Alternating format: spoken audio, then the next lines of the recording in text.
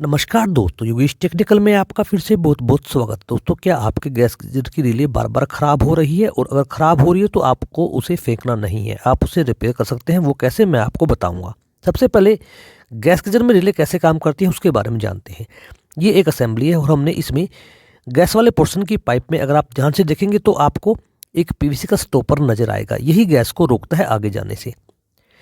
जैसे ही हम gas geyser operate करते हैं, ये स्टॉपर ऊपर उठ जाता है और गैस आगे चली जाती है।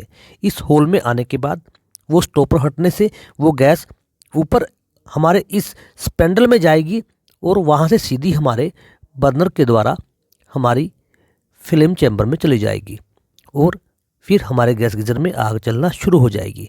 जैसे ही हम गीजर को बंद करेंगे तो ये स्टॉपर दोबारा से इस स्थान को रोक देगा और हमारी गैस आगे जाने से बंद हो जाएगी।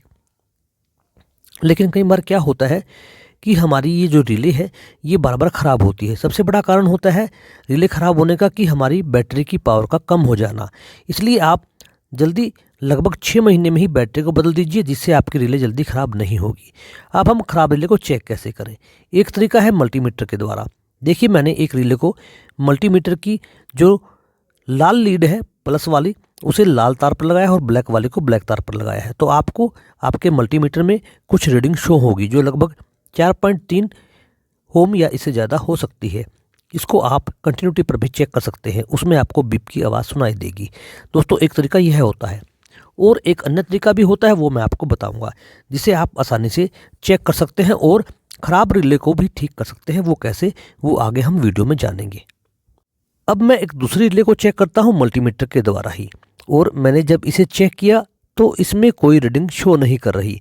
कभी कभार कर जाती है, लेकिन लगभग ये रीडिंग ठीक तरीके से हमारे मल्टीमीटर पर नहीं आ रही। यानी कि इस इलेक्ट्रोमैग्नेट रिले की जो कोयल है, जो ऊपर की वाइंडिंग से होती है, वो ख़राब हो चुकी है।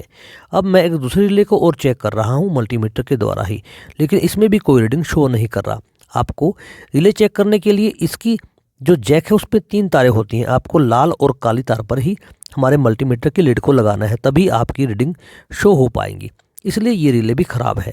लेकिन कई बार क्या होता है कि रिले जाम हो जाती हैं। जैसे ये रिले है, इसका प्लंजर जाम हो चुका है, लेकिन अगर इसकी कोयल सही है तो आप इसे रिप्लेस कर सकते हैं किसी दूसरी रिले से जिसका प्लंजर बिल्कुल ठीक है।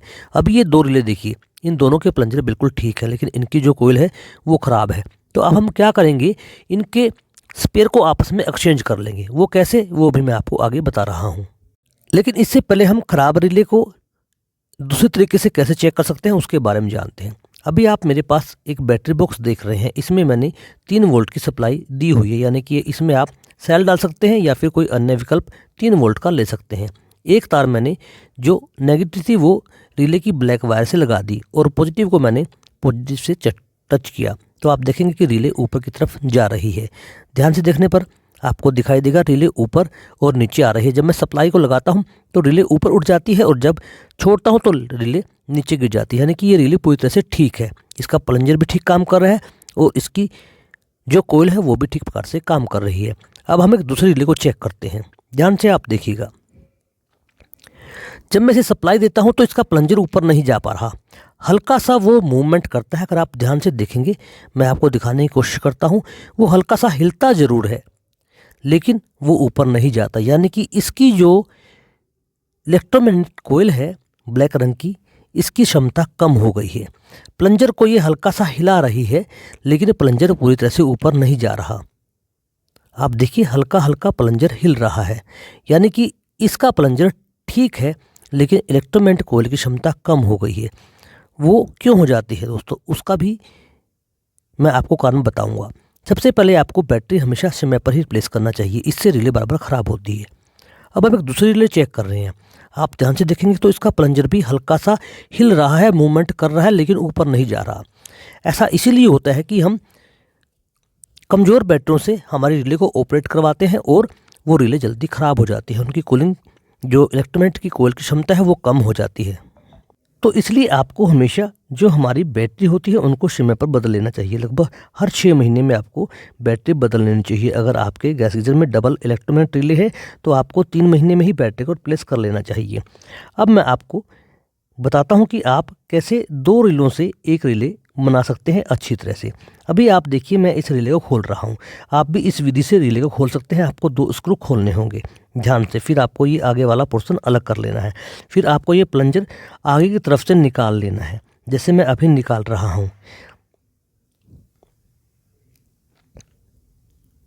जैसे ही आप प्लंजर को निकालेंगे तो आप देखेंगे कि अगर प्लंजर पर कोई अशुद्धियाँ, कोई जंग वगैरह लगा हुआ है तो उसे आप साफ़ कर दीजिए किसी केमिकल से, जैसे कि हमारा डीजल ऑयल होया या फिर पेट्रोल ऑयल।